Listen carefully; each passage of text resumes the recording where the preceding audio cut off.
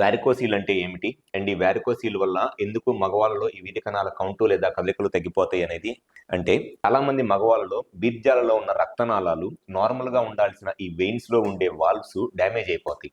నార్మల్‌గా ఎవరిలో అయినా సరే బీర్జాలలో ఈ వెయిన్స్ అనేవి ఉంటాయి. ఈ వెయిన్స్‌లో వాల్వ్స్ అనేవి ఉంటాయన్నమాట. ఈ వాల్వ్స్ అనేయి టెస్టిస్‌కి చెడు రక్తం రాకుండా, అంటే రివర్స్ డైరెక్షన్‌లో చెడు రక్తం రాకుండా ఈ వాల్వ్స్ అనేయి టెస్టిస్‌ని మంచి రక్తం, ఆక్సిజన్‌తో పాటు వచ్చే మంచి రక్తం రావటానికి, చెడు రక్తం రాకుండా ఉండటానికి ఈ వాల్వ్స్ అనేయి, ఈ వెయిన్స్ అనేయి హెల్ప్ అవుతాయి.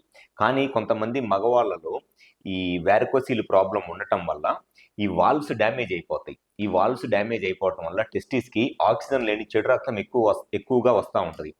సో, ఎవరిలో అయితే మగవాళ్ళలో ఈ వారికోసీల్ ప్రాబ్లమ్ ఉంటదో, ఈ వారికోసీల్ ప్రాబ్లమ్ ఉన్న చాలామంది మగవాళ్ళలో టెస్టిస్‌కి ఈ వెయిన్స్ డ్యామేజ్ అయిపోవటం వల్ల ఇంప్యూర్ బ్లడ్ వస్తా ఉంటదనమాట. దీనివల్ల స్లోగా టెస్టిస్‌లో టెంపరేచర్ పెరిగిపోయి, దానివల్ల ఈ టెస్టిస్‌లో టెంపరేచర్ పెరిగిపోవటం వల్ల టెస్టిస్ నుంచి వచ్చే స్పెర్మ్ కౌంట్ తగ్గిపోయిద్ది. దాంతో పాటు టెస్టోస్టెరాన్ హార్మోన్ కూడా తగ్గిపోయిద్ది.